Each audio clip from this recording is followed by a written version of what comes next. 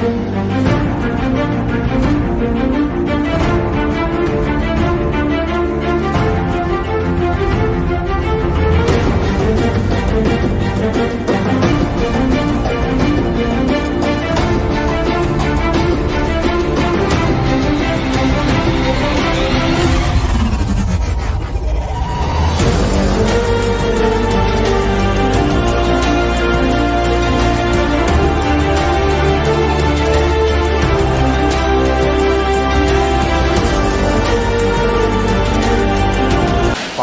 have the ready to start. 2, 1, 0. Booster ignition and liftoff of Shuttle Endeavour with NASA's final.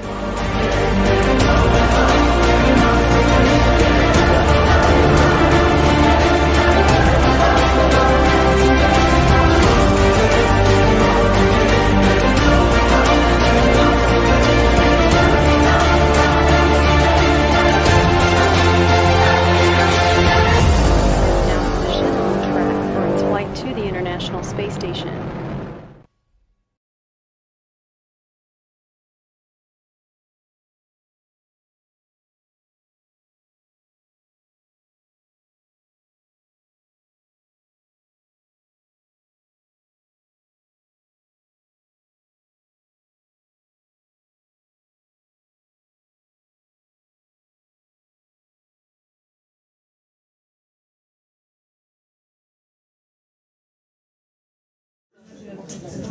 Oui, Jean-Louis. Alors, on va passer à Maxence. Hein. Voilà, pour une fois, c'est lui qui va parler pour se présenter. Alors, Maxence, ça fait pas très très longtemps qu'on se connaît. Tu es venu à la Turballe il y a quelques temps, chez Jani, où on s'est rencontrés. On a parlé de Horps, on a parlé de LDLN, on a parlé du MUFON. Tu as découvert ce jour-là qu'il y avait des gens qui n'étaient pas si fous que ça. Hein, voilà. Et accueillant parce qu'on t'a pas jeté dans le port. Non. Donc c'est déjà une bonne chose. Donc Maxence, est-ce que tu peux te présenter et nous dire d'où est venue l'idée de créer Horps et d'où est venue l'idée de traiter du sujet de l'ufologie? Deux très vastes questions. Merci Jean-Louis. Alors, quel bizutage. Alors bref, ma démarche en tant que... Accident des câbles. Excusez-moi. Tout va bien. C'est bon. Donc en fait, ma démarche en tant que journaliste scientifique, moi j'ai commencé à faire des papiers, des piges au milieu des années 1990 sur la question des nouvelles technologies liées à l'informatique, à l'information, à la communication. Donc c'était images de synthèse, réalité virtuelle, fibre optique, jeux vidéo, effets spéciaux au cinéma, making of. Je rencontrais des artistes qui faisaient des œuvres d'art cyber, ce qu'on appelle la cyberculture. Je lisais aussi, pour rentrer dans ces sujets-là, j'ai aussi dévoré tout ce qui était science-fiction propre au cyber qu'on appelle le cyberpunk. Et en parallèle, puisque ça a été ma trajectoire, moi je voulais faire ethnologue. Donc j'ai fait de la sociologie, j'ai fait de l'ethnologie, j'ai fait de l'anthropologie. Et à un moment donné, on est en maîtrise, et puis il y a besoin d'un sujet de recherche. Et en fait, ce qui pulsait à l'intérieur, c'était de faire un truc sur l'impact des nouveaux médias, et en particulier de l'information électronique, et en particulier des mondes virtuels, sur notre culture, sur la société. Et donc pour faire cette démarche de recherche, là je vous raconte tout, donc pour mener cette recherche, ma méthode, ça a été de mettre en regard ce que disaient des peuples traditionnels, des visions ancestrales, et notamment en particulier la culture aborigène, avec le Dreamtime, avec tous ces mondes-là parallèles, ou ce monde invisible qui coexiste complètement naturellement, spontanément, il y a zéro flux, il y a zéro problème, tout est fluide, avec leur conception du monde, avec leur société, avec nous, notre approche matérialiste, où il n'y a que le tangible et le solide qui existent, pourtant l'invisible existe, je vous le dirai après pourquoi, mais en tout cas, et qui avait donc refoulé tout ce qui était de l'ordre de l'invisible, tout ce qui est de l'ordre de l'immatériel, tout ce qui est de l'ordre de l'intangible. Sauf que l'information électronique, l'information Wi-Fi, le sans-fil, réinjecte quelque chose qui est de l'ordre de l'invisible, et de l'intangible, et de l'immatériel. Donc typiquement, là je fais un petit peu court, mais par rapport à des prises de parole que je peux avoir depuis les années 2006-2007 sur ces sujets, moi je vais dire que je fais de l'énergétique matérialiste. C'est-à-dire je vais parler de photons, je vais parler d'électrons, je vais parler de protons, c'est-à-dire qu'est-ce que la science sait sur le corps énergie, qu'est-ce que la science sait sur l'acupuncture, qu'est-ce que la science sait sur le qigong ou sur ces approches-là énergétiques. Eh bien il se trouve que la science elle sait des trucs. Donc à partir des années 2000, je change un peu de crèmerie, je laisse tomber tout ce qui est réalité virtuelle, je laisse tomber tout ce qui est jeux vidéo, je laisse tomber tout ce qui est making-of de jeux vidéo.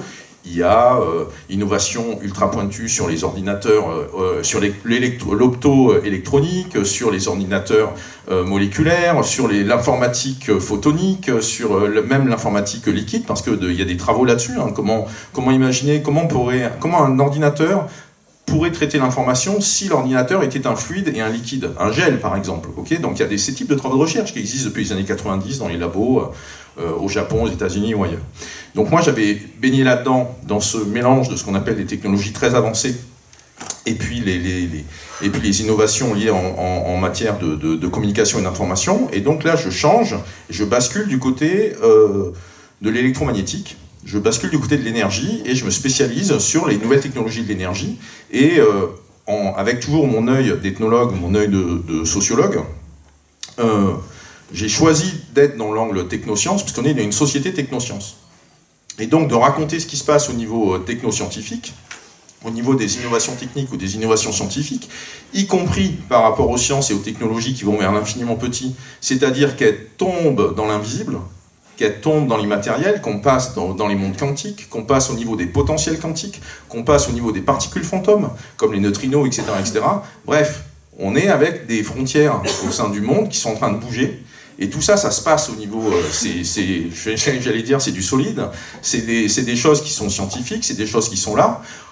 Si on veut, on peut s'amuser à rajouter une couche, c'est la couche de la physique de l'information, avec les premiers scientifiques, notamment anglo-saxons, qui prenaient la parole, qui nous disent, vous avez vu passer de temps en temps ces informations, et si notre réalité, et si le cosmos était une simulation, et si nous évoluions dans un ordinateur, enfin dans un univers créé par ordinateur, si nous sommes, c'est ce qu'on appelle le paradigme simulationniste. Bref, donc en tout cas, la notion d'information, ou la société de l'information, ou même la science de l'information, et même donc maintenant, depuis 2006-2007, Philippe Guillemant a contribué à le populariser, ce qu'on appelle la physique de l'information. Il y a quelque chose qui se passe par rapport à tout ça. Ça, c'est un peu ma trajectoire, mon bagage intellectuel, etc., etc. Suite à mes travaux de recherche, bon, il y a un petit pas de côté qui est l'engagement sociétal à travers la création du CRIREM, qui est le centre de recherche et d'information indépendant sur les rayonnements électromagnétiques, où c'est là où j'ai fait la connaissance de Michèle Rivasi, celle qu'elle est devenir députée européenne les années suivantes. Et donc avec Michel, on a créé le CRIREM à 6. J'étais le moins scientifique de la bande, même si moi j'étais journaliste scientifique. Les autres, il y avait la pharmacien, il y avait le physicien, il y avait le physiologiste, il y avait la biologiste, puisque Michel Rivasi est agrégé de biologie, et donc moi j'étais juste le journaliste scientifique de la bande, quoi, voilà. Et puis donc on s'occupe de ça, et moi j'avais dans ces années 2000-2005, j'avais surtout donc bossé l'électromagnétisme, et en particulier la médecine électromagnétique. C'est-à-dire, en gros, comment on se soigne avec les ondes. Donc autant d'un point de vue science officielle, avec des brevets, des technologies, des trucs qui sont commercialisés depuis les années 70, depuis les années 80, qui arrivent bien sûr du côté des États-Unis, mais aussi avec l'histoire des sciences qui était sous-jacente à celle-ci, notamment tout ce qu'on appelle l'âge d'or de l'électrothérapie, avec Tesla, avec D'Arsonval, avec tous ces gens-là. Pour ceux qui... quelques mots-clés comme ça crée de la joie, enfin voilà, c'est... Et donc, ce qui fait qu'à ce moment-là, dans les années 2000-2005, quand les entreprises télécoms ou d'autres nous disent les ondes n'ont pas d'effet sur le vivant, moi je suis obligé de lever la main en disant excusez-moi, mais je crois que vous êtes mal informés, il y a juste 400 pages de bibliographie scientifique qui existent, on sait exactement, je préfère qu'on coupe la lumière parce que sinon il fait trop chaud sous les lumières, merci. Voilà, cool. Enfin cool, ça veut dire frais en anglais, donc c'est bien, c'est bon sang de bois, merci. Le bois. Bref, alors, donc oui, sur laquelle il y a 400 pages de bibliographie scientifique, des milliers d'études qui existent, et on peut soigner avec les ondes, et si on peut soigner avec les ondes, c'est parce que le vivant est sensible aux ondes, et c'est parce que donc nous sommes nous-mêmes des êtres électromagnétiques. Et si nous sommes en mesure d'être des récepteurs de rayonnement électromagnétique, nous pouvons être des émetteurs de rayonnement électromagnétique. Donc nous pouvons être des émetteurs d'ondes radio, etc., etc. Et quelque chose que je rappelle régulièrement, c'est qu'il y a un mémo de l'OMS de 1993 qui dit noir sur blanc qu'un organisme vivant est émetteur de rayonnement électromagnétique jusqu'à 300 GHz. Donc ça, c'est les ondes, les fréquences, ça peut parler à certains d'entre vous. Ça veut dire très concrètement que ça va jusqu'aux histoires de micro-ondes, puisque ça va de 300 MHz à 300 GHz, un peu les micro-ondes. Donc c'est intéressant, effectivement, j'ai vérifié, il y a quelques études qui disent qu'on rayonne un petit peu de radiofréquences de cet ordre-là. Mais en fait, même cette assertion de l'OMS, elle est incomplète parce que, en fait, on rayonne de la chaleur. Donc on rayonne des infrarouges. Et l'infrarouge, c'est au-dessus des micro-ondes. Alors après, il y a ceux qui bossent sur les biophotons, sur les particules lumineuses, lumière visible, qui vont être générées par l'activité du vivant. Donc ça, pour pouvoir les mesurer scientifiquement, eh ben, il faut vivre pendant 8 heures dans une salle complètement obscure avec une caméra pose longue qui va chercher à capter les points lumineux qui vont apparaître à la surface de la peau.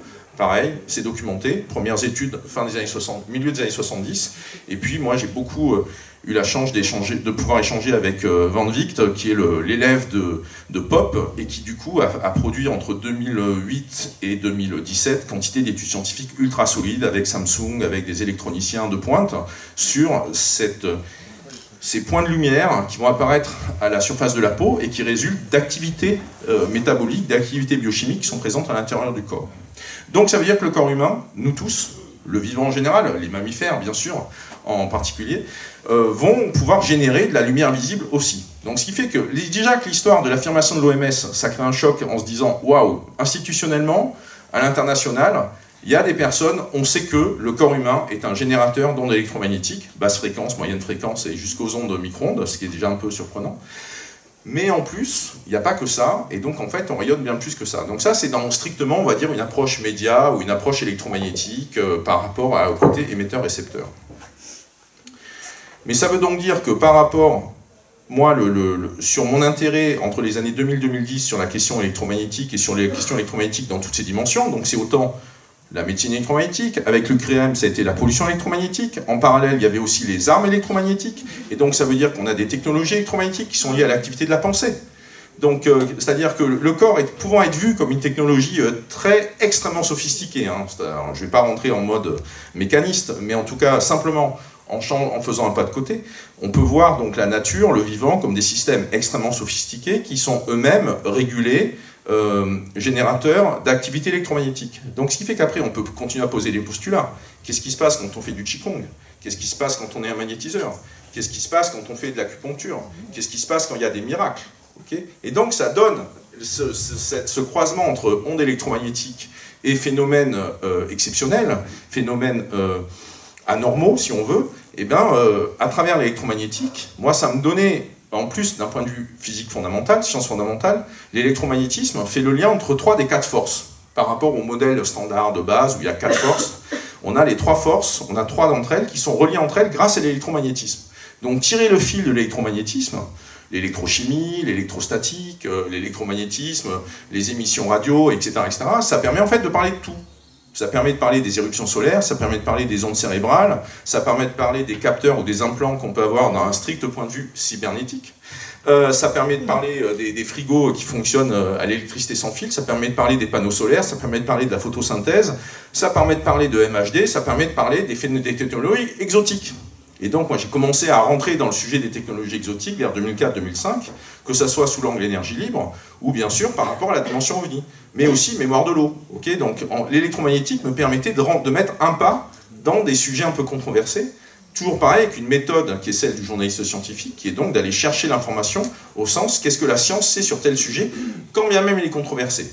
D'abord les faits, ensuite les hypothèses, et enfin le jugement. Hein, c'est vraiment découpler le jugement de la recherche d'informations, et là-dessus, ça fait des méthodes de travail qui sont très similaires à celles d'un enquêteur, comme vous en avez ici avec Lumière dans la nuit, avec le MUFON. Et puis, là, on est dans les années 2009-2010, Michel Rivasi me propose de venir travailler avec elle à Bruxelles au Parlement européen, et là, une autre partie de ma trajectoire dans les années 90, qui est d'avoir eu pendant 1 an et demi la chance d'apprendre tout ce qui était relations publiques et la façon dont fonctionne la communication, et notamment les stratégies de communication, quand on est une grande entreprise, une grande organisation, et bien de travailler au sein du Parlement européen, ça m'a permis de mettre ça en application. Comment fonctionne la communication politique, comment fonctionnent les stratégies d'influence, comment comment dire, désamorcer ou contrer des stratégies de désinformation qui vont être poussées par certains lobbies, et comment aussi servir, pousser l'information. C'est très basique, hein. On a les fils Twitter, on a les communiqués de presse, on a les conférences de presse, on va faire des notes de synthèse, on va prendre la parole. Comment l'information devient un levier politique d'émancipation des consciences. Utilisons le terme, clairement, ok? L'information, enfin moi je me retrouve via ma trajectoire à avoir une conception politique de l'information, c'est-à-dire, politique, c'est le vivre ensemble, c'est la souveraineté, c'est qui nous gouverne, qui pilote, où est le libre arbitre, quels sont nos conditionnements. Ok? Donc, est-ce qu'on vit dans un monde d'illusions? Est-ce que nous fabriquons nous-mêmes notre réalité? Et dans ce cas-là, nous nous auto-leurrons en fabriquant nous-mêmes nos propres mirages. Et ça veut dire qu'en fait, pour la faire courte, d'un point de vue strictement évolutionniste, choisissons nos conditionnements plutôt que de les subir. Et ça marche autant avec la psychogénéalogie, avec plein de paramètres, enfin voilà, vous pouvez aller loin là-dessus. Et ce qui fait que, donc, je suis au Parlement européen, je vais faire un tour à Euroville, je discute avec des crânes de cristal, enfin, il y a quelques informations comme ça qui se déroulent. Et puis, de bon matin au boulot à Bruxelles, d'un coup, j'ai une fulgurance comme ça qui me traverse l'esprit. Et si il y a trop de plein dans ta vie, il faut du vide pour accueillir du neuf. Et donc, c'est cette phrase-là, cette intuition-là, qui vient en claire sentience, pourrait-on dire, en fonction des concepts ou des grilles de lecture qu'on peut adopter. Donc cette phrase arrive, et je suis là en train de me dire, ah, quand même, donc évidemment je négocie avec moi-même, ouais mais quand même, bon, et tout, et là ça me dit, bon, si tu restes, tu vas tomber malade, donc de toute façon, ça va être compliqué, donc oui, donc j'ai flanqué madame du Parlement européen, et c'est 3 mois après, à ce moment-là c'était le saut dans le vide, et je savais que j'allais faire quelque chose de neuf, puisque c'était l'intuition que j'avais eue, donc j'allais pas faire des articles, j'allais pas faire des bouquins, j'avais déjà fait mon livre sur l'électroculture et l'énergie libre qui est sorti en 2010. Donc, qu'est-ce que la science c'est? Là encore, hein, c'est la même méthode, il y a 40 pages de bibliographie scientifique. Qu'est-ce que la science c'est sur l'électrosensibilité des plantes, sur la magnétosensibilité des plantes? Et j'en profitais, du coup, pour faire une note de synthèse un peu j'allais dire couillue, mais on va dire trapue, sur la question, comment marche le champ magnétique terrestre, comment marchent les courants électriques dans les sols, comment marchent les courants électriques au niveau de la ionosphère. Et il y a notamment un super rapport de la NASA qui est disponible, qui traite de la dimension électromagnétique de la Terre. Donc les infos, elles sont là. Malheureusement ou heureusement, les infos, elles sont là. Mais après, c'est le fait d'avoir du temps pour aller les chercher, c'est le fait éventuellement d'avoir les méthodes et les outils pour aller les acquérir. Et ça, c'est aussi une des facettes, enfin un des temps dans ma vie où j'ai eu l'occasion de découvrir ou d'apprendre que 90% ou 80% des infos, 90% des infos dont on a besoin sont publiques. Donc il n'y a pas besoin de se casser la tête à vouloir passer du temps pour aller chercher le secret du secret qui est derrière la table, sous le tapis et le corridor de gauche, au fin fond du 5e sous-sol, là-bas dans l'entrepôt où les caisses en carton marquées secret défense sont empilées les unes derrière les autres. C'est simple. En fait, les données disponibles sont là. En tout cas, celles dont on a besoin. Et donc moi je fonctionne en tant que journaliste scientifique avec des sources ouvertes, avec des sources qui sont données. En revanche, étant au fait de comment peuvent fonctionner des lobbies, comment des lobbies peuvent manipuler l'information, comment on va instrumentaliser la science pour que ça serve certains intérêts. On va parler par exemple, les premières études sur le sujet datent des années 2005, 2007, 2009. On sait que quand les opérateurs télécoms commandent des études sur les effets du téléphone portable, si c'est l'industrie qui commande l'étude, 70% des études vont conclure à un non-effet. Et 40% vont dire qu'il y a un effet. En revanche, à l'inverse, la proportion est complètement inversée si c'est les pouvoirs publics qui commandent l'étude. Ça, c'est ce qu'on appelle le biais de financement. Ça a été mis en évidence dans plusieurs secteurs industriels. Donc, ce qui fait qu'en fait, on se rend compte que l'information peut être altérée, peut-être, on va dire manipulée si on veut, mais en tout cas, elle va être biaisée, elle va être manipulée, elle va être sculptée d'une certaine manière, elle va être modelée en fonction de certains critères environnementaux, en fonction du contexte. Donc, l'écosystème est important. Donc, ce qui fait que quand moi je vais enquêter sur des sujets controversés, donc je vais chercher de l'information de façon complètement sincère, de façon complètement, ouverte, sans jugement a priori. Mais en revanche, dans un second temps, il y a ce boulot de vérification de qu'est-ce qui peut influencer sur l'information. Donc, typiquement, quand on est avec notre étude scientifique dans les mains, on regarde qui l'a faite, qui finance l'étude, on regarde la bibliographie. Qu'est-ce qui est noté en bibliographie, à quoi ils font référence. Quand on connaît un peu le sujet, on peut s'étonner qu'il y ait des études qui ne soient pas citées. Comment ça se fait que cette étude n'est pas citée? Et là, on voit très bien à peu près, bon, ma spécialité dans les ondes électromagnétiques et le téléphone mobile et les lignes à haute tension, je vois à peu près comment on peut circuler là-dedans. Donc, ce qui fait que je ne suis plus au Parlement européen, j'ai l'idée de faire la revue Orbs, le premier numéro sort en 2013, et là, l'idée au niveau de la revue, c'est comment, enfin, en tout cas, moi, ça s'est déposé comme ça se passait comme une évidence, c'était, on nous parle de pleine conscience, on nous parle de multidimensionnel, à quoi ça peut ressembler un média pleine conscience ou un média multidimensionnel? Comment l'information peut être sculptée, mise en forme, présentée pour susciter un effet d'ouverture de conscience, ou susciter un effet d'éveil, ou en tout cas fabriquer quelque chose où on est sur ce fameux multidimensionnel. Et donc ça a donné la revue Orbs. Quelque chose où il y a autant de l'art, de la beauté et de l'esthétique qu'une information, j'allais dire béton, d'une information qui est accompagnée de ses sources, de ses références, et qui se... D'un point de vue savant, la revue Orbs, sa ligne éditoriale, certes, c'est la continuité de la revue Planète, de Porel Sébergier, c'est pour ça que ça s'appelle Orbs, l'autre planète, mais la revue Orbs, c'est en fait documenter les changements de paradigme, quels qu'ils soient, énergétiques, intellectuels, juridiques, technologiques. Et ce qui fait qu'au niveau de la revue, c'est plutôt que je signe tout et n'importe quoi au niveau des articles, eh bien, j'ai la chance, via ma trajectoire des années 2000-2010, eh bien, d'avoir pu rencontrer beaucoup de personnes, et ce qui fait que ça donne un carnet d'adresse où ces personnes-là, qui sont des personnes, à mon sens, de référence, parce qu'elles ont à nous transmettre, c'était des invités d'être à bord, comme si c'était une tribune ou un vaisseau collectif, quoi. Alors, ça, c'est un peu l'idée de la revue Orbs. Et donc, la revue Orbs, au niveau de la façon de fonctionner, il y a cette idée où il y a ce dont on veut parler, il y a ce que des personnes de l'équipe ou des personnes qui gravitent autour de Orbs vont nous proposer comme sujet, et la troisième catégorie de sujets, c'est des sujets qui viennent à nous. Pas forcément parce que quelqu'un nous en parle, c'est des trucs qui viennent à nous. Ça nous tombe dessus, on croise une affiche, c'est un coup de fil, enfin voilà. C'est pas la même chose que des personnes avec qui on travaille régulièrement qui vont nous dire « il y a vraiment un sujet que j'aimerais faire, ça serait ça ». Okay, donc là, c'est une troisième catégorie de sujets qui sont liés de l'ordre de la synchronicité ou, en matière d'information, ce qu'on appelle la sérendipité. La sérendipité, c'est le fait de tomber sur l'information dont on a besoin au moment idoine, au moment qui convient. Et il se trouve qu'effectivement, du coup, la sérendipité participe de la magie ou de la formule magique de Orbs. Et ce qui fait qu'on a fait plusieurs numéros. On est dans les années 2016-2017. Moi, j'étais plus au Parlement européen à ce moment-là. J'avais flanqué madame et j'y retourne en 2017 au niveau du Parlement européen. On commence à faire les numéros thématiques, un numéro thématique sur l'eau, un numéro thématique sur le féminin. Et sitôt le féminin paru, la même semaine, j'ai 3 personnes qui ne sont pas dans les mêmes réseaux, qui m'appellent. La même semaine, je reçois 3 coups de fil de 3 personnes différentes qui n'ont pas de lien entre elles, qui chacune me propose un sujet sur les ovnis. Et là, je me dis, il y a un truc au niveau en termes de tendance, il y a un truc qui est en train de se dérouler au niveau collectif, on y va. Et derrière, il y a eu le Covid, il y a eu tout ça, on a mis 3 ans à faire le numéro en question, et ça a donné le numéro Orbs Spécial Contact. Et après, il y a d'autres enchaînements. Là, je prépare un ouvrage un peu plus grand public sur la question UFO, mais qui se construit ou qui se structure à l'aide, à partir d'une 50aine d'entretiens avec une 50aine de personnes représentatives des sujets UFO en France, quels que soient les réseaux, quelles que soient les communautés. Mais il se trouve que c'est quand même très étonnant, enfin, avec mes grilles de lecture que je vous ai un peu partagées, désolé, il y a beaucoup d'informations, c'est un peu un monologue, mais c'est très étonnant pour quelque chose qui officiellement ça n'existe pas, que ça prenne autant de place dans nos têtes.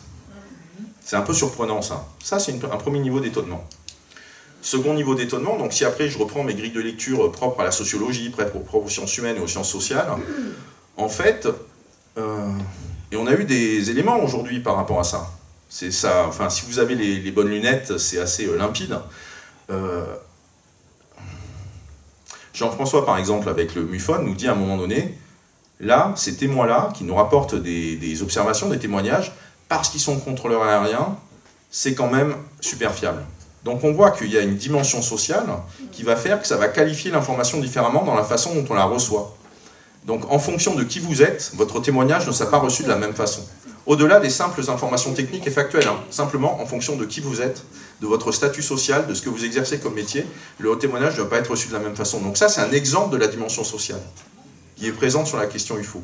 Donc ce qui fait qu'en fait, d'un point de vue sociologique, la question UFO, à mon sens, c'est en tout cas ce que je pose et ce que je développe dans l'ouvrage qui va venir, il n'y a pas que ça, je le développe plutôt à des moments où c'est le sujet, c'est ce qu'on va appeler un fait social total.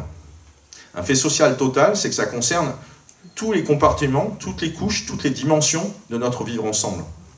C'est-à-dire, c'est pour ça qu'on entend parler des expressions, enfin, pour vous éclairer un peu concrètement, ça signifie quoi? Vous entendez parler d'ufologie instrumentale. Bon, ben ça, on est dans le technique. On peut parler d'une ufologie militaire, dès qu'on est en train de parler de Tolly-Boulon, ou dès qu'on est en train de parler de projets secrets américains ou français, liés à l'aérodynamique, et ainsi de suite, ou quand l'OTAN se pointe au milieu de tout ça. Donc il y a aussi une question d'ufologie psychique. On l'a vu ce matin avec Eric Zürcher, qui nous indiquait qu'effectivement il y a des choses qui se déroulent par rapport à la conscience. En tout cas, il semble qu'on ne peut pas écarter les liens par rapport à ça. Ça devient même très, très fort et très prégnant dès qu'on commence à en prendre conscience. Donc en fait, le phénomène UFO, je ne vais pas dire que c'est nous, mais en tout cas c'est intriqué avec nous. Il y a quelque chose qui se déroule, au-delà du fait que, archéologiquement, ou au-delà du fait que ça semble avoir toujours été présent autour de nous. En tout cas, quand Eric parlait du miroir, il y avait cette expression qui me venait à l'esprit, qui était « miroir, mon beau miroir », et dans mon sens, du coup, me résonnait en tête « ovni, mon bel ovni ». Okay. Donc il y a quelque chose qui s'amène à nous, et moi je déboule sur ces sujets-là. Tu m'invites aujourd'hui à prendre la parole là-dessus, et je t'en remercie, ou en tout cas de m'inviter à être présent avec vous à cet événement. Je me suis très, très honoré. Je ne suis que depuis 3 ans dans le sujet, donc je me sens encore comme un tout jeuneau, et un newbie, comme on dit dans le jargon, un peu comme ça, des gens qui viennent du web, ou qui naviguent entre un pied dans l'anglais et un pied dans le français. Mais en revanche, la dimension humaine, et la façon dont le phénomène UFO impacte les différents compartiments de la société, ça par contre ça me passionne. Et d'où par exemple les questions politiques. D'où par exemple, je me suis retrouvé à être aux premières loges, même si j'étais en train de partir du Parlement européen, par rapport à ce qui s'est passé le 20 mars avec Guerrero et ce qui se déroule à l'échelle européenne, 4 ans, 5 ans après ce qui a débuté à l'échelle américaine ou états-unienne. C'était ma question juste après. Alors quelle est ta question? Voilà. Donc, je ferai plus court. Hein. Ouais, on va essayer d'aller un peu plus vite, mais ça va être compliqué. Un peu comme Sylvain, tu parles beaucoup. Quoi. Ouais, voilà. Donc la question c'est, voilà, tu parlais de fait sociétal, ok. Tu disais que par rapport à... Fait social et sociétal. Ouais, social. On va partir sur le fait social alors. Que par rapport à la couche sociale où tu te trouves, voilà, on prend plus ou moins en considération le phénomène. Donc pareil, au niveau politique, au niveau européen, quelle est la situation qui existe actuellement par rapport à ce qui se passe aux États-Unis où c'est vachement ouvert, puisque comme tout le monde le sait, il y a le Sénat qui interroge les militaires et compagnie. Mais en Europe, on en est où? Et justement, par rapport à la question du député portugais Guerrero, ça donnait quoi, cette réunion? Alors, suite à... Alors je ne sais pas si parmi vous connaissent UAPCheck, l'initiative qu'a lancé Michael Vaillant. Ceux qui connaissent un peu lèvent la main, il y en a peut-être 3-4 parmi vous, un peu plus, d'accord, ok, une petite dizaine, très bien. Donc ce qui fait que Michael, j'ai fait sa connaissance suite à Orbs Contact, hein, et il m'a partagé un peu sa vision, ce qu'il cherchait à fédérer, ou en tout cas à faire réseau, à faire alliance entre plusieurs experts, plusieurs profils. Donc ce qui fait qu'on a échangé pas mal d'informations, et donc il y a l'idée de filer un coup de main en fonction des dossiers ou des choses. Et ce qui fait que là, par rapport à ce qui s'est déroulé sur Bruxelles, par rapport à parce que les premières questions écrites du député portugais Guerrero datent de juillet 2023. D'accord. Et là, l'atelier, la réunion qui s'est déroulée à Bruxelles le 20 mars 2024, on est 8 mois après. Hein. Voilà. Donc, ce qui fait que, en fait, il y a plusieurs temps par rapport à ce qui a été mis en place par Guerrero. Je te coupe 2 secondes. C'est un délai normal pour l'Europe? Ah, complètement, ouais, bien sûr. Et même, c'est rapide. Mais c'est-à-dire que ça n'a rien... L'atelier, dans le jargon, à Bruxelles, on appelle ça un workshop en termes de format. Donc, c'est pour ça qu'on spontanément, on appelle ça atelier. Mais donc, l'audition qui a été impulsée par Guerrero, elle est de sa propre initiative. Ça n'a rien à voir avec les questions écrites. C'est justement tous ces leviers institutionnels, tout ce qu'un député européen peut faire au sein du Parlement européen et avec la Commission européenne pour essayer d'accéder à de l'information, poser des questions, ainsi de suite. Ça, je le raconte dans un article qui a été publié fin avril, je crois, c'était premier jour de mai, fin avril. Donc je l'ai raconté dans un long article qu'on a publié sur UAP Tchèque, qui est dispo en français et en anglais, et où donc il y a une analyse politique en fait de ce qui se déroule à travers mon expérience ou mon regard, parce que j'ai recommencé à travailler au Parlement européen entre 2017 et 2024, jusqu'au décès soudain là, de Michel Rivasi le 29 novembre 2023. Et donc ce qui fait qu'en fait, ce qu'on voit, c'est que on peut placer l'analyse sur des niveaux. Soit refaire les étapes de ce qu'a fait Guerrero et évaluer l'impact de chacune de ses actions, soit plus globalement, tirer l'enseignement des réponses que le système a apportées aux questions et à la manière dont Guerrero venait heurter le système ou à chercher à secouer le système pour obtenir des informations. Excusez-moi, Guerrero, enfin moi ça me... Donc Guerrero, c'est le nom du député portugais, oui, qui est un député européen, oui, qui a donc posé des questions écrites en juillet 2023 et en janvier 2024 à la Commission européenne en leur disant « Bon alors, ça bouge aux États-Unis, il y a des auditions parlementaires, on fait quoi en Europe ?» Okay. Et ce qui se passe, c'est que les deux chemins qu'il a adoptés en termes de questionnement, c'est d'un côté, on a des pilotes d'avion dans l'espace civil aérien européen qui peuvent voir des trucs. Qui sait quoi à l'échelle européenne en termes de rapports? Est-ce qu'il y a une instance européenne qui reçoit les rapports et les signalements des pilotes de lignes civiles? Et une autre question, une autre catégorie, une autre famille d'interpellations qu'il a faites, c'était par rapport à des discussions qui sont en cours et qui ont été reportées à la louche 2025, qui concernent une législation spatiale, ce qu'on appelle le New Space, qui est familier avec l'expression New Space. Personne. Donc en fait, le New Space, c'est Elon Musk et c'est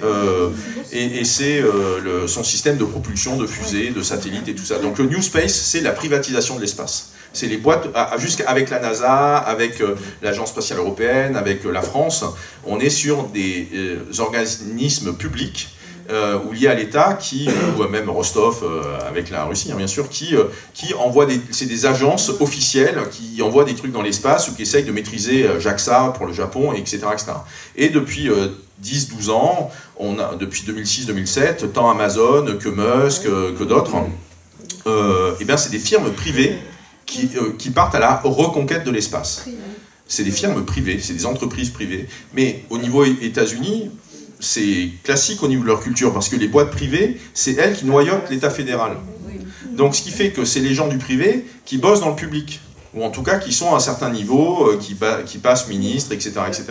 Donc ce qui fait que la NASA n'a plus de sous pour aller dans l'espace, les firmes privées lèvent du fric sur les marchés financiers, sur la bourse et tout ça, et on l'investit, et on y va. Et comme on est des boîtes privées, on va avoir des process, y compris administratifs, qui vont être un peu plus allégés, et donc ça permet de développer des systèmes, de développer des technologies, de développer même des savoir-faire qui vont coûter moins cher qu'avec des agences publiques. Et donc on y gagne. Okay, donc ça c'est le New Space. Et en Europe, toutes les firmes, Airbus, les autres, ont des filiales, ont des sous-traitants qui sont sur ce qu'on appelle l'aérospatial. Elles sont toutes sur les starting blocks par rapport au New Space, et le pays où sont localisées les firmes européennes qui sont sur le positionnement du New Space sont basées au Luxembourg. D'accord. Et donc ce qui fait qu'il y a 3-4 ans, c'est le Luxembourg qui prenait des décisions, qui a fait des déclarations, il y a des communiqués de presse du gouvernement luxembourgeois qui mettait en place des facilités fiscales pour que les entreprises du New Space, des entreprises qui ont vocation à aller sur les nouveaux marchés ouverts par la reconquête spatiale et les innovations technologiques, puissent bénéficier d'intéressements et d'avantages fiscaux comme si c'était des firmes pharma. Sauf que c'est pour l'espace. Voilà. Ça, c'est ce qui se passe au niveau grosse technologie, on va dire. Pour faire court, parce qu'on n'a pas trop de temps quand même. Donc, juste pour finir là-dessus, oui. Ça va être rapide, c'est 1 minute 30. Donc, un second plan de questions de Guerrero, c'est sur la législation européenne en matière de New Space, de nouveaux marchés spatiaux, qui est attendue et qui doit être fournie par la Commission. Et donc, il a demandé à ce que, dans le cadre du New Space, il y ait une agence, par exemple, qui suive les questions UAP, etc., par rapport à une législation qui est attendue, qui n'existe pas encore. Donc ça, on est typiquement dans du lobbying. Dans le fait, on fait des propositions pour que, par rapport à la proposition que la Commission européenne va sortir à un moment donné, cette proposition inclut certaines dispositions particulières. Et après, la navette, c'est que ça va au sein du Parlement européen. Le Parlement fait des amendements sur le texte. C'est voté par le Parlement. Et après, ça mouline. Et ça va dans la troisième case, qui est le trilogue. Et c'est là où il y a les États membres, la Commission, le Parlement, qui se retrouvent tous les trois ensemble. Et le Parlement dit, voilà ce que j'ai voté. La Commission a dit, voilà comment était ma proposition. Ça je prends pas. Il y a des trucs que je veux pas de ce que toi tu as décidé le Parlement. Et les États membres font la même chose. Donc ce qui fait que ce qui est voté par un Parlement européen, par le Parlement européen, ce n'est pas forcément la version finale du texte. Il y a encore une phase de tractation, de troc qui aura lieu entre ça je prends, ça je prends pas. Et un des mots-clés en interne, quand on est dans ces étapes-là de ces alcôves, c'est le fait de dire ça c'est une ligne rouge. C'est-à-dire la ligne rouge, c'est ce que je ne reculerai pas par rapport à ça, soit pour le vouloir, soit pour ne pas le prendre. Ça c'est une ligne rouge, tu n'auras pas d'accord de ma part si tu n'entends pas ma ligne rouge. C'est un peu les graduations qu'on a dans les négociations comme ça entre les institutions européennes. Donc Guerrero a injecté dans le système des propositions, a injecté des requêtes et des demandes qui étaient elles-mêmes suggérées par principalement UAP Coalition Néderlande, qui est donc qui est comme un qu'est-ce que ça ressemblerait ça? C'est oui, c'est une association professionnelle de pilotes ou de militaires aux Pays-Bas, qui donc font pression, font des propositions pour dire « Eh oh, nous on voit des trucs et on a besoin d'être entendus, on a des gens qui ont besoin de témoigner et si on entend et il y en a marre que leurs paroles soient ridiculisées. » Et donc par exemple Guerrero, une de ses propositions phares, et ça moi je trouve que c'est extrêmement intéressant dans les, on va dire, dans les nouvelles consciences dans lesquelles on est aujourd'hui par rapport à il y a 20 ans ou il y a 30 ans, c'est qu'il dit texto noir sur blanc, 1, la parole des témoins, quel qu'il soit, on arrête de s'en moquer, on arrête de la ridiculiser, on arrête de la disqualifier. Stop à la discrimination. Ça, c'est super neuf, et parce que c'est... Il le dit pas pour être sympa avec les gens qui ont des trucs à raconter. Non, c'est une question de droits humains fondamentaux. C'est-à-dire, bon, lui, c'est un député vert, il est LGBT, il est pour le bien-être animal, il est vegan, il est dans tous ces mouvements-là. Et donc, simplement, sur une logique de droits humains, de respect humain fondamental, les personnes qui nous disent qu'elles ont eu quelque chose, qui sont des témoins, on ne se moque pas de leur parole est respectable par essence. On est dans l'ordre des droits humains fondamentaux. Et ça, dans un contexte européen, c'est nouveau. Et ça pose bien le delta et le hiatus avec la petite vidéo qu'on a eue de notre ministre de l'Industrie. Bref. Dans Lumière dans la nuit, on a eu un super article de la part de Thibaut Canuti qui le remet en place en mode réponse écrite. C'est un droit de réponse bien vert, si je puis dire. Et puis, l'autre point qui va de pair avec ça, c'est que donc Guerrero demande à ce qu'il y ait un safe place, un endroit sécure où les personnes peuvent déposer leurs paroles, où elles peuvent déposer leurs témoignages. Et que cette information, parce que c'est garanti de façon publique, est accessible. Et ça veut dire qu'il y a, par exemple, de l'information qui peut remonter de tous les pays européens et qui serait comme ça stockée et partagée et disponible pour les chercheurs. Ok, voilà, c'est un peu toutes ces propositions-là. Et donc, pour finir de répondre à la question de Jean-Louis, ça a été... Pas de réponse. De toute façon, on n'a pas d'infos, il n'y a pas de rapport, et de toute façon, c'est pas nos compétences, et allez voir ailleurs.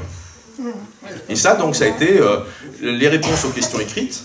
Ça a été parce que donc Guerrero a posé des questions à destination de l'autorité européenne de l'aviation civile. Il a posé des questions par rapport on va dire, aux services de la Commission qui sont liés à l'espace et aux questions de régulation spatiale et d'industrie spatiale. Puisqu'évidemment, vous pouvez imaginer que l'Europe, à certains moments, est un peu mal à l'aise, en tout cas c'est ce qu'elle va déclarer, par rapport à la mainmise et à ce qu'on va appeler la suprématie, hein, si on prend des termes stratégiques, la suprématie, la technological dominance, prédominance US, sur l'espace au-dessus de nos têtes, qui est normalement un espace préservé, et ça veut dire que normalement ça s'inscrit dans une logique de bien commun, c'est-à-dire que ça ne peut pas être accaparé par des pouvoirs, par des forces privées. Donc on est dans des rapports de force. Nous sommes dans des rapports de force, nous sommes dans de la politique. Et donc, si on ne se mobilise pas en tant que citoyen par rapport à cela, on va l'avoir dans le baba. Et donc, c'est un peu l'état d'esprit. Et donc, voilà, Guerrero se retrouve être contacté par les spécialistes néerlandais de UAP Coalition. Et donc, ils vont travailler ensemble à faire des propositions. Et ça a donné comme ça ces différentes initiatives, dont le point d'orgue a été cet atelier qui a été retranscrit en ligne, cette réunion du 20 mars dernier. Et par rapport à cela, Ben, qu'est-ce qu'on peut constater quand on regarde les présents? C'est qu'il y a des associations qui sont présentes, mais il n'y a pas d'institutionnel. Il n'y a personne de l'Agence spatiale européenne, il n'y a personne de la Commission. Il y a pendant 8 minutes 30, quelqu'un de l'Agence européenne de l'autorité de la sécurité civile, enfin de l'aviation civile. D'accord? Et donc ce qui fait qu'on est sur ce qu'on va appeler la politique de la chaise vide, quoi. Ils ne sont pas là. Et être pas là, c'est une façon pour eux de ne pas se mouiller, c'est aussi une façon pour eux de dire on n'est pas au courant, ou c'est une façon pour eux de dire ça n'est pas sérieux, ça n'existe pas. Et effectivement, quand on commence à analyser les types de réponses écrites qui donnent à des questions écrites, parce que c'est ça qui est intéressant au niveau des leviers, c'est que ces outils à disposition des députés obligent la commission à répondre par écrit. Et donc ils vont répondre noir sur blanc. Nous n'avons pas compétence par rapport à cela, ça n'est pas prévu, les études d'impact ou les consultations publiques ne nous ont pas demandé d'aller dans ces directions-là, etc., etc.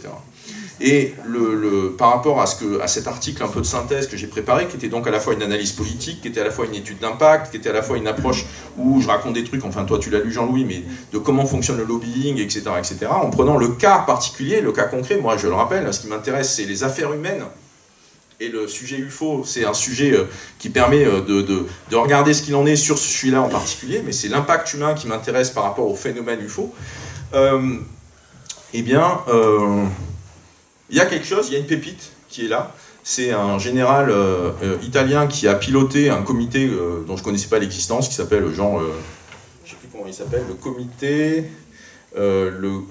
comité militaire européen. Donc le comité militaire européen, c'est un comité technique qui fait le trait d'union entre les forces armées européennes, États membres, et l'OTAN. C'est un organe de coordination. Donc c'est un général italien qui était à la tête, en tout cas entre 2018 et 2021, et 2022, pardon, de ce dispositif. Et il a donné une réponse écrite à un courrier que lui a envoyé un citoyen irlandais. Et cette réponse écrite est très intéressante, parce qu'en fait, on y apprend que sur ces sujets-là, c'est peut-être du côté de l'OTAN qu'il faut aller taper à la porte, en fait. Voilà. Donc, on est confronté à une gestion stratégique, c'est-à-dire politique de l'information, où la question n'est pas de raisonner en mode binaire entre divulgation et révélation. Il faut fonctionner en base 3, en mode ternaire, où on a il y a le côté divulgation, il y a le côté rétention et il y a le côté désinformation. C'est-à-dire que les informations qui peuvent être rendues publiques peuvent tout à fait être des fausses informations qui font office de diversion. D'accord? Donc ce qui fait qu'on est dans ce que les Chinois vont appeler la boxe des ombres. On est dans un domaine, et donc par rapport à ça, si on ne veut pas devenir fou, c'est de garder, en tout cas moi c'est ce que je vous y invite, une certaine légèreté par rapport au domaine. Alors je peux entendre bien sûr, et Sébastien nous le dira demain, par rapport à son intervention, que pour les contacter, pour des personnes qui ont eu des choses, ça existe, c'est sérieux, c'est tangible, comment ça se fait que les pouvoirs publics ne disent rien, ne gardent rien. On a, encore une fois, la vidéo de notre secrétaire d'État à l'industrie, elle est mirifique, elle est extraordinaire, On a quelqu'un qui nous dit la France est en avance en matière de transparence, soyez heureux, les dossiers importants sont classifiés. Eh ben, on est bien avancé. Hein. Voilà. Donc ça, c'est un superbe exemple de pensée paradoxale, mais paradoxale à notre détriment. C'est-à-dire, pourquoi est-ce classifié? Et éventuellement, si on reprend la fameuse expression qui était un des axiomes de travail de Michel Rivasi, c'est à qui profite le crime? Et donc, à qui profite la classification? Est-ce que c'est pour cacher une information qui n'a aucun sens? Enfin, aucun sens au sens qui est inutile, c'est dans ce sens-là. Est-ce que c'est pour... parce que c'est de l'inconnu, c'est classifié d'office, simplement en termes d'équivalence de critères, en fait. Si c'est de l'inconnu, c'est classifié, ce qui ne veut pas dire que c'est important, c'est simplement que c'est inconnu.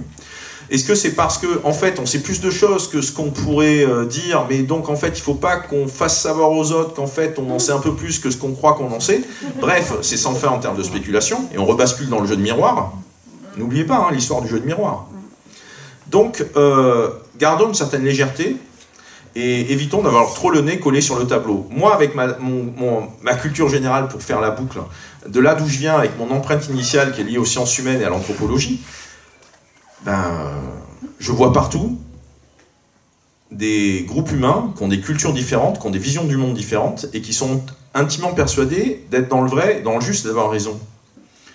Donc je ne vais absolument pas rentrer dans l'arène en disant « toi t'as tort, toi t'as raison ».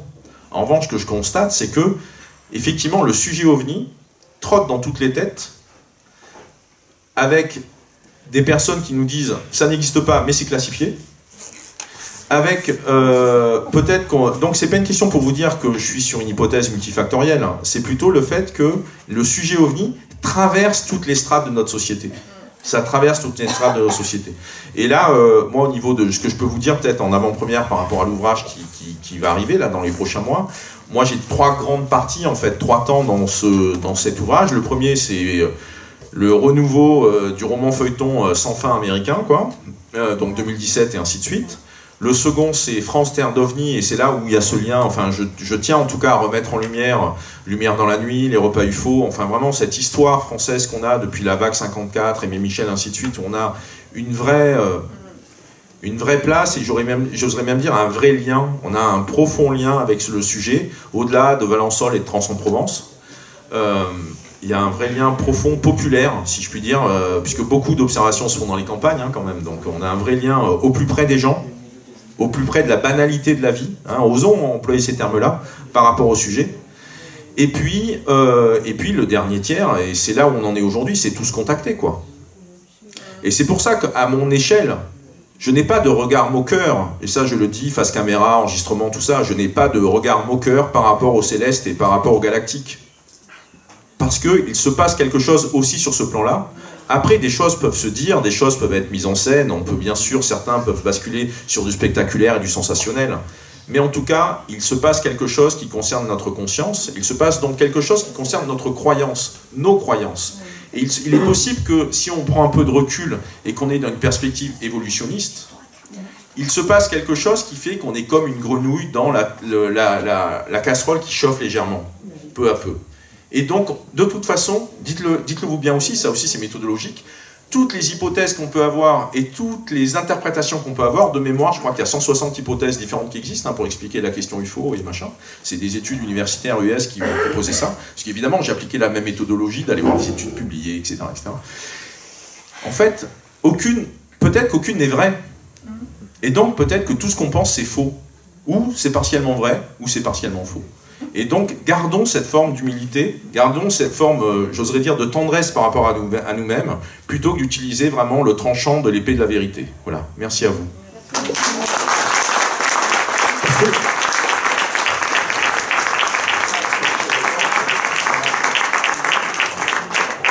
Est-ce que tu penses que tu as fini? Mais non.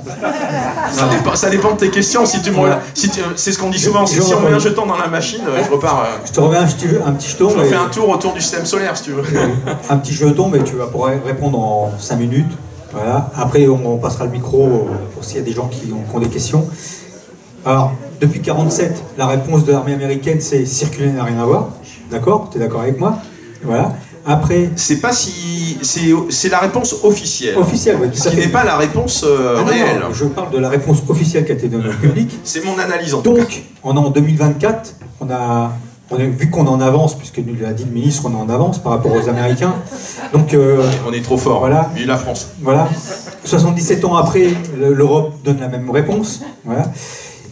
Est-ce que tu peux me dire de quelle manière on pourrait, nous, en tant qu'association française, ou en tant qu'ufologue, ou en tant que citoyen français, pouvoir faire avancer le schmilblick, comme dirait Coluche, au niveau de l'Europe, pour qu'il nous apporte une réponse autre que celle-là?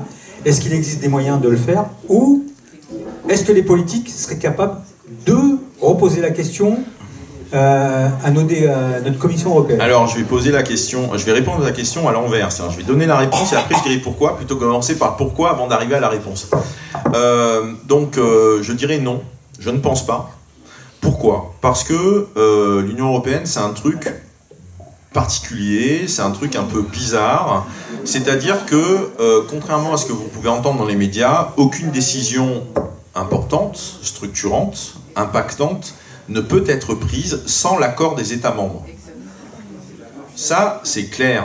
C'est d'ailleurs pour ça que il y a des initiatives, il y a des ballons d'essai, il y a des tentatives d'essayer de réduire des règles, de veto, d'essayer que des décisions puissent être prises par le Conseil européen qui rassemble les États membres, avec un comité réduit. Oui. Et ce qui permettrait que s'il n'y a que 12 pays sur 27 qui disent on y va, bon ben du coup pourquoi ne pas y aller? Ou s'il n'y en a que 15, on peut y aller. D'accord? C'est-à-dire qu'une règle d'or qui faisait partie de la séparation des pouvoirs, ou qui faisait partie des lignes rouges, comme je vous disais, qui était celle que aucune décision à l'échelle européenne prise par les États membres n'est prise si elle n'est pas à l'unanimité. C'est une règle intéressante quand même. On peut appeler ça une règle contraignante. On peut dire que c'est faux cul et que du coup en coulisses c'est le bal des diplomatiques. On passe son temps à dire bon tu me soutiens là-dessus et je te soutiendrai sur tel autre truc. Donc on peut envisager qu'il y a des trafics d'influence, de la collusion d'intérêts, qu'on va bloquer telle législation qui concerne la qualité des sols et comme ça toi tu viens pas m'embêter sur le nucléaire. Enfin vous voyez, donc ça c'est un exemple qui concerne, en l'occurrence entre la France et l'Allemagne, c'était tu viens pas m'embêter sur les OGM par rapport à l'interdiction que j'ai prise, c'est la France. Et l'Allemagne lui disait, d'accord, si toi tu viens pas m'embêter par rapport aux pollutions chimiques des sols. Voilà, ok, donc ça c'est le genre de truc. Donc ils sont pas en train de discuter pollution chimique des sols tous les deux. Ils sont dans une position méta qui est de dire c'est telle législation contre telle législation. D'accord ? Donc, cette règle d'or, il est question de la remettre en question par rapport aux États membres, donc de réduire, donc d'essayer que la machine ne soit plus bloquée ou que les choses peuvent avancer quand même, d'accord ? Et avancer quand même, bien sûr, par rapport à certains plans ou certaines choses qui sont dans les tuyaux. Donc, analyse de base, restons pour l'instant ici et maintenant. Aucune décision structurante ne peut être prise sans l'accord des États membres et sans l'aval des États membres.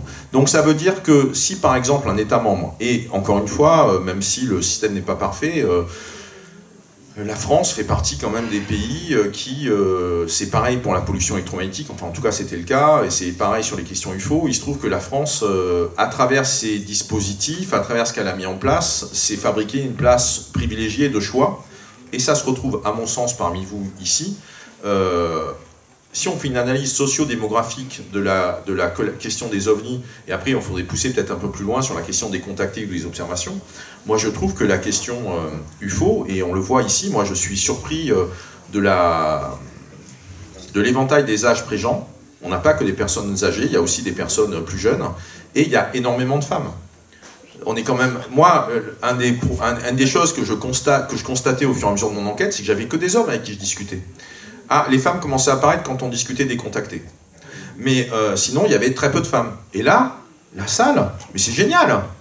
Bon, on n'a pas fait le ratio, mais en tout cas, on est autant, on est égal les uns par rapport aux autres. C'est super, quoi. Enfin bref, ça change de ce qu'on peut s'imaginer, y compris en termes de classe d'âge. Moi, je le vois sur d'autres sujets ou d'autres thématiques.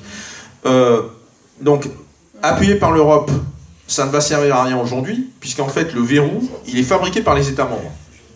Donc, il faut faire sauter le verrou au sein des États membres pour que, naturellement, le verrou n'existe plus au sein de l'Europe.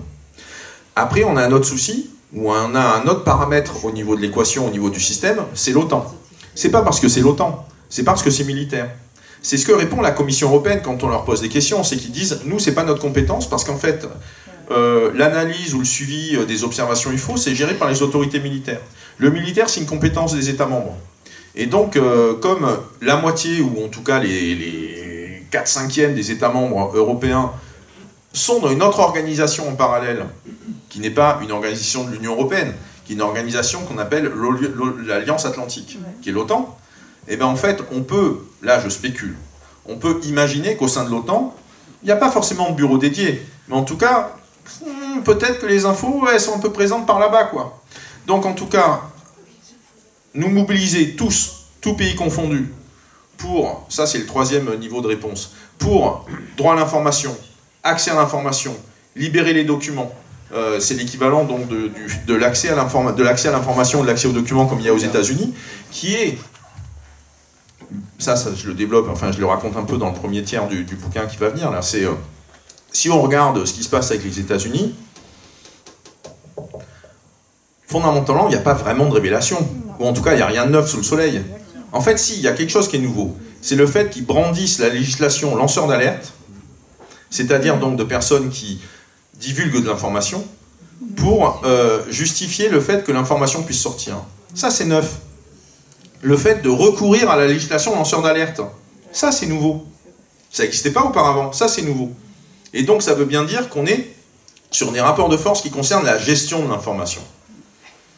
Après, que ça soit UFO, pas UFO, alors oui, ça s'appelle UFO, mais en tout cas, c'est pas forcément l'hypothèse extraterrestre, c'est ça que je veux dire par là. Mais en tout cas, on est sur une gestion de l'information, et donc les États-Unis nous montrent le jeu d'échecs qu'il y a par rapport à un jeu de stratégie qui existe entre eux, comment j'utilise un cadre législatif pour l'adapter à ma problématique, pour essayer de faire avancer mon schmilblick. Donc ça veut dire, nous, quels sont les leviers qui existent à notre échelle, en France, aux Pays-Bas, en Belgique, en Italie, en Autriche, en Allemagne, etc., en Espagne, etc., au niveau des pays européens, pour accéder à l'information.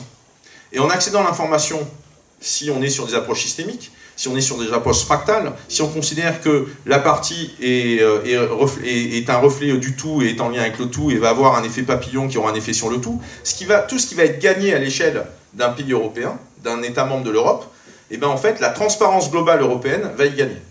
Ça, c'est ce que moi je peux vous partager en termes d'analyse stratégique et politique. Très bien. Alors, ce que je vois, on va faire après 5 minutes de questions et après on va s'arrêter. Ce que je vois en fin de compte, c'est que l'Europe va lancer à l'OTAN la réponse éventuelle. Sauf que ce qui me dérange, moi, c'est que derrière l'OTAN, c'est les États-Unis. Les États-Unis vont encore prendre le pouvoir sur l'Europe. Donc voilà. Voilà. Si vous avez des questions, hop. Venez chercher le micro, parce qu'il y a les caméras. Monsieur, là. Promis, je répondrai bref. Attends. Alors, la règle à l'échelle européenne, il y a quelques usages qui sont intéressants en termes de coopération, c'est que 1 minute de question, 2 minutes de réponse. Donc je vais me l'appliquer. Hein. Là, c'est 10 secondes et 30 secondes. Ok. Ouais, mais ce qui est nouveau, moi, ce qui m'avait frappé, c'est que les États-Unis considèrent maintenant que le phénomène OVNI, c'est un danger pour leur propre sécurité. Et nous, on n'a pas encore pris conscience de ça au niveau européen, j'ai pas l'impression. Oui et non, Reagan a dit des choses en 84 de cet ordre-là. C'est-à-dire qu'en fait, encore une fois, n'oublions pas qu'on est dans un jeu de miroir et qu'on est dans une parole politique. Et donc en fait, si on veut, pareil, je me connecte à l'énergie, à l'esprit d'Éric Zurker qui est avec nous ce matin, et si on bascule sur ce mode florentin, soyons florentins, eh bien donc peut-être que cet argument qui est brandi, c'est uniquement un argument qui est brandi par rapport à ce qu'on y gagne en le brandissant, et pas parce qu'on y croit sincèrement. On peut y croire sincèrement pour une partie des gens, encore une fois, sortons d'une base 2, soyons dans une base 3. Base 3, on peut avoir des gens qui y croient, on peut avoir des gens qui ne pensent pas ça, c'est pas qu'ils n'y croient pas, c'est qu'ils ne pensent pas ça, ils choisissent de penser autre chose, et d'autres qui savent qu'ils utilisent un argument qui est spécieux, fallacieux, parce que ça permet d'autres gains indirects. Ok, donc soyons en base 3, et observons ce théâtre d'ombre, et éventuellement, rigolons, quoi. Rions de ce ridicule, quelque part, parce qu'on est avec quand même des choses qui... Moi, mon pari de Pascal sur le sujet, c'est que s'ils étaient dangereux, vu les niveaux de technologie qui sont mis en présence, je pense qu'on en aurait entendu parler. Donc, si on n'en a pas entendu parler, c'est qu'à la grande échelle, c'est autre chose. Je ne sais pas quoi, j'accepte de ne pas savoir, mais c'est autre chose. Maxence, c'est... Ah, je comprends. Juste une remarque, je rebondis sur ce que tu as dit par rapport à l'Assemblée, la composition sociologique du panel d'auditeurs, hommes, femmes. Alors, tu n'as pas parlé de l'aspect ethnique, mais je vais le soulever. Pourquoi? J'étais au congrès du MUFON l'année dernière. Aux US, tu veux dire? Ouais. Voilà. Bon, je suis en photo, on a eu le prix, ok, ça c'est de l'anecdote. Il y a une chose qui m'a frappé, c'est que la plupart des participants, WASP, c'est-à-dire blanc, White, Anglo-Saxon, Protestant, ok, blanc, Anglo-Saxon, Protestant. Moyenne d'âge, putain, super élevé. Pas de latino, pas de black, pas d'asiatique. Au MUFON, aux États-Unis, c'est censé être une terre, on va dire, terre on the brave, tu vois ce que je veux dire, mélange ethnique, melting pot et tout ça. Waouh, il y a quand même un sacré différent entre le panel de gens qu'il y a ici, qui est beaucoup plus ouvert, à mon avis, que même aux États-Unis, il y a eu, au moins au niveau de ce congrès. Alors peut-être que c'est un épiphénomène. Oui, mais en tout cas, pour te répondre, je ne vais pas mettre ma main à couper par rapport à ça, mais je pressens, je sens que dans les 5 à 10 ans qui viennent, dans les 5 ans qui viennent, on a des études sociologiques solides, entre guillemets standards, si je puis dire, qui vont sortir et qui vont c'est pas tant, en anglais on appelle ça des cultural studies, des études de composition culturelle, parce que en France la sociologie c'est une approche statistique. Et aux États-Unis, c'est une approche d'habitude et de pratique sociale. C'est-à-dire que donc l'anthropologue ou sociologue, il rentre dans des groupes de bikers, il va se faire enfermer en prison pendant 6 mois, et il sort de là, il explique comment ça marche, qui a le pouvoir, qui fait quoi, etc. etc. C'est pas trop l'école française, c'est arrivé après par l'ethnologie, mais c'est pas trop l'école française. Et donc, quand on voit les chiffres...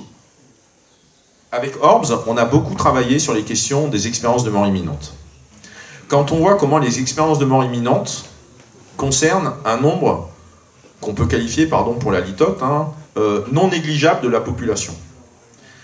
Par rapport à des chiffres qui ont été dits tout à l'heure, on voit que l'observation d'OVNI, donc ça fait le lien avec, c'est un trait d'union, clin d'œil, tous contactés, les observations d'OVNI concernent une part non négligeable de la population, voire une part croissante de celle-ci. Donc ça montre bien qu'on est... La dimension collective de l'ufologie, ou des questions UFO, ne peut pas être négligée. Comme elle ne peut pas être négligée, elle va devenir de plus en plus visible. Comme elle va devenir de plus en plus visible, ça veut dire qu'il y a des représentants universitaires, des personnes qui sont engagées dans ces filières, qui vont faire des études sur le sujet. Et bizarrement, bingo, c'est ce qu'on voit. Depuis 15 ans, il y a des thèses, alors ça vient par l'histoire, ça vient par l'ethnologie, ça arrive de Belgique, certes, il y a eu Pierre Lagrange chez nous, bref, en tout cas, il y a des travaux, on n'est plus simplement avec des historiens des idées, on est avec des choses dans le courant de Pasulka et d'autres personnes aux États-Unis qui, travaillent sur ces sujets-là et produisent des études sur ces sujets-là. Alors pour l'instant, c'est des études qui sont plutôt orientées sciences des religions, études des religions, et donc on observe la relation au sacré, la relation à la croyance, la relation à la transcendance, la relation au divin. C'est des questionnements de cet ordre-là qui sont présents aujourd'hui. Mais des strictes approches sociodémographiques de base, ça va arriver dans 5 ans, ça va arriver dans 6 ans. Et là, en plus, on aura de la donnée solide, et en tout cas, moi, j'aspire à cela. Pour moi, il y a une autre ufologie que l'ufologie anglo-saxonne. Il y a une ufologie japonaise, il y a une ufologie Amérique latine, il y a une ufologie brésilienne. C'est pour ça que je trouve ça très intéressant avec Yann Alexander, l'ufologie africaine qui est en train d'émerger, même si après l'Afrique, c'est aussi un continent monde à sa manière. L'Afrique du Nord, c'est pas la même chose que l'Afrique du Sud et tout ça. Voilà. Question suivante. Voilà. Donc, c'est moi, j'avais vu. Juste un rappel historique. Est-ce que tu te souviens que dans les années 90, un député européen, donc belge, Elio Di Rupo, qui a été ensuite Premier ministre, avait fait justement déposer un projet pour créer un GEPAN européen? Oui, et l'histoire secrète de ça, c'est parce qu'en fait le GEPAN en France était en danger. Et donc ce qui fait qu'il y avait le... Est-ce que tu te souviens qu'en 89-91, il y a eu une vague belge? Et donc c'est ça le truc, c'est que si on en parle en 93 en Europe, c'est parce qu'il y a eu la vague belge. Et c'est ce que je raconte d'ailleurs dans mon article, c'est-à-dire qu'en fait, peut-être si le fait que ça bloque aujourd'hui politiquement, on a besoin d'une vague pour que ça débloque. Donc on lance l'intention. Ok, voilà. C'est-à-dire que oui, j'en parle dans le grand article en question. 93, on a Di Rupo et Reggae, qui est un Italien, donc un Belge et un Italien, qui font la résolution qui a été adoptée, mais qui n'a pas été votée en plénière. Et puis en 2010, on a eu un autre député italien qui a fait aussi un texte similaire à celui qu'a déposé Guerrero en mars 2024, qui lui aussi demande à déclassifier les données et qu'on crée un bureau européen et patati et patata. Les demandes sont toujours similaires. Il y a encore une dernière question par ici, ou 2 questions ici rapidos. Ah Yann, on se retrouve. Oui, mais... Ah oui, il faut la rapprocher. Alors, félicitations pour votre prestation. Je n'ai pas de questions à vous poser, mais je remercie donc l'invitation que l'organisation m'a offerte, ainsi que Madame la Présidente, que j'ai aperçue tout à l'heure. Voilà, eh bien, écoutez, je vous souhaite une bonne soirée, parce que moi, j'ai du chemin à faire, et je ne vais pas à la vitesse de l'OVNI. Merci Yann, et gare au rayon de la Lune.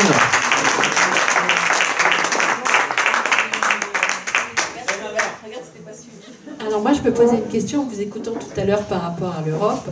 Je vais mettre tout le monde pareil, Europe, États-Unis et tout, par rapport à ce que moi j'ai ressenti, ce que j'ai vécu en me penchant sur le sujet des ovnis, moi qui n'ai aucune formation de cosmologie, voilà. Quand j'ai commencé à me pencher sur le problème et que j'ai vu là-haut, moi je pensais que c'était magnifique, les planètes, machin et tout, mais quand j'ai vu vraiment la réalité des choses, que tout ce qu'il y avait comme déchets là-haut, que c'était un petit peu c'est juste là-haut, juste autour de la Terre alors. Autour, ouais, voilà, autour. Donc, et je me suis dit, est-ce qu'il n'y anthropocène. aurait pas un intérêt aussi à étouffer un peu tous ces problèmes que les gens ne lèvent pas trop les yeux vers le ciel et ne se rendent pas trop compte de ce qui se trame là-haut? Est-ce que tous ces gens-là n'auraient pas un intérêt quand même quelque part? On va dire que je suis complotiste, ça c'est sûr. Non, mais votre question est très intéressante parce que je vais y répondre, même si ça va nous emmener très loin et ailleurs. Exactement, j'ai bouclé il y a quelques jours un article sur la guerre électromagnétique, sur le conflit russo-ukrainien. Un article qui va paraître dans le prochain numéro de Nexus en juillet, dans le Nexus 153. Et en fait, une des choses qui est présente, parce que maintenant, si on raisonne guerre électromagnétique, guerre invisible, guerre des ondes, on est avec des fusils micro-ondes qui servent en gros à griller les drones pour les faire tomber ou couper leur liaison radio, etc., etc. Donc on est sur ce qui se déroule en Ukraine est un vrai terrain d'entraînement pour manipuler et confronter ces technologies, les Américains fournissant l'Ukraine et les Russes fournissant en Iran au niveau des drones et des trucs et des bombes volantes et des munitions vagabondes, puisque ça fait partie des expressions qui sont officiellement admises. Les Russes ont développé une technologie laser, potentiellement, qui est au sol mais qui tire vers l'espace. C'est ce qu'on appelle les technologies antispatiales. Et leur argument, c'est de... Enfin, leur argument. Le motif invoqué pour avoir développé ce laser qui est capable donc de vaporiser ou d'atomiser un truc en orbite, c'est le fait de faire le nettoyage par rapport aux pollutions satellites qui sont présentes autour de nous dans l'espace. Donc en fait, ce qui est intéressant, c'est de voir que, 1, des technologies sont possibles, 2, on peut utiliser l'argument des déchets spatiaux pour justifier des armes, des technologies qui sont à vocation militaire, dans un nouveau théâtre d'opération, qui est un théâtre d'opération de type électromagnétique par rapport à des conflits à venir ou par rapport à un new space, je vais appeler ça quoi? Oui, le retour, c'était la guerre des étoiles contre-attaque. Voilà. Donc tout est possible et tout est déjà là. Oui, ils ont à mon avis peut-être intérêt à ce qu'on nous regarde, nous, toutes les personnes là comme moi qui découvrent ça, je tombe sur les fesses, c'est le cas de dire. Mais si tout le monde commence à regarder ça... L'info est extrêmement publique. L'article que j'ai fait pour Nexus, je le répète au niveau de ma méthode de travail, c'est que à base d'infos publiques seulement, c'est que des sites, même des revues académiques qui sont connues des militaires. C'est-à-dire c'est quand on regarde dans cette direction que les infos arrivent à nous. C'est un peu un des axiomes qu'on avait avec Hobbes qui contient aussi la valeur de l'émerveillement, qui contient la valeur de la beauté. C'est que si on change de lunettes ou si d'un coup on décide, on prend la pierre, on la retourne, et en fait dessous il y a un trésor. La beauté, elle est présente autour de nous. Et c'est très intéressant, en tout cas sur un autre plan, au niveau des messages. Si on regarde analyse des discours, analyse des tendances, analyse des idées, qu'est-ce qui est communiqué, qu'est-ce qui ressort, tant du côté éventuellement des contactés, pour une partie d'entre eux en tout cas, mais aussi éventuellement de messages qui sont donnés par rapport à des nordiques, des je sais pas quoi, il y a je sais pas combien il y a de races là, qui transfèrent, qui donnent des messages et des machins. Ils insistent sur l'écologie, ils insistent sur la planète, ils insistent sur l'environnement. Et quand je me retrouve à avoir eu cette trajectoire pour une partie de la chose, quand on regarde ce qui se passe du côté de la parapsychologie, et notamment des travaux de recherche qui ont porté sur le sujet, en particulier dans les années 85-90, à travers le projet Stargate aux États-Unis, qui a été un projet qui a duré à peu près 15 ans en tout, où on a fait appel à des médiums militaires pour leur faire des voyages astro, des voyages de conscience, pour aller chercher des informations à distance en traversant les murs et les distances. Ils sont revenus et donc à un moment donné, on leur a fait faire des voyages pour aller voir au-delà du temps, c'est-à-dire qu'on les a fait voyager dans le temps, on les a fait voyager dans le futur. Et donc ce qui fait consensus au niveau des infos qui reviennent, ce que je vous partage, c'est des articles des choses qu'on a racontées dans Orbs, dans certains sujets, quoi. Ce qui fait consensus, c'est que quelque chose nous menace d'un point de vue environnemental. Et ce qui nous menace, c'est nous-mêmes qui le fabriquons. C'est-à-dire que donc, notre responsabilité, notre pouvoir, notre capacité à influencer le système n'est absolument pas niée, elle n'est pas minimisée. Ce n'est pas une question que du pouvoir de quelques-uns, c'est une question d'un niveau de conscience global. Moi, ce qui m'importe, ce n'est pas le fait qu'on ait un sauveur, ce n'est pas le fait qu'il y ait 3 personnes, qu'on dégomme quelqu'un pour en mettre quelqu'un à la place. C'est que c'est l'éveil de conscience, mais de masse, et individuel, mais de masse, qui est notre seule option possible.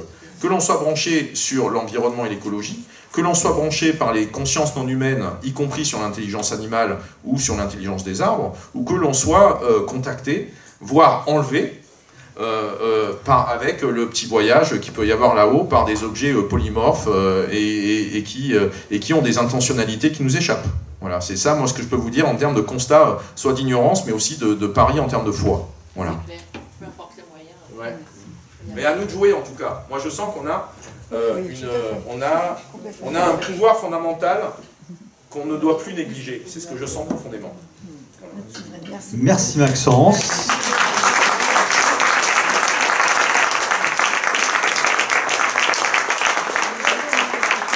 Alors, avant de terminer, je tiens à remercier donc tous les gens présents aujourd'hui. Je tiens à remercier les intervenants. Je tiens à remercier aussi tous les bénévoles qui ont participé à cet événement pour la journée, qui va recommencer demain. J'attire votre attention sur deux choses. La première, c'est que pour les gens qui ont le pass 2 jours, ne retirez pas votre... Prenez vos douches avec. Voilà, tout à fait. Ensuite, pour les gens qui viennent manger ce soir à la petite casquette, donc j'attire aussi votre attention sur une chose. C'est qu'ici, on a beaucoup de touristes, on a beaucoup de randonneurs et beaucoup de gens à vélo. Et donc, au niveau des marais, c'est des petites routes et il y a beaucoup de virages. Et surtout, quand on arrive à la petite casquette, il y a un virage qui fait un angle droit. Et là, souvent, il y a des gens qui sont à pied et souvent des gens qui sont à vélo arrêtés. Donc, quand vous arrivez vers la petite casquette, ralentissez. Moi, hier, quand j'étais voir le patron de la petite casquette, j'ai failli faire un strike avec 3 personnes qui étaient au milieu de la route. Donc, les touristes ont l'impression que la route est ouverte et voilà. Ok, soyez très prudents. Donc, je vous remercie de votre présence et pour certaines personnes, je vous dis à demain. À demain. Bravo Jean-Louis.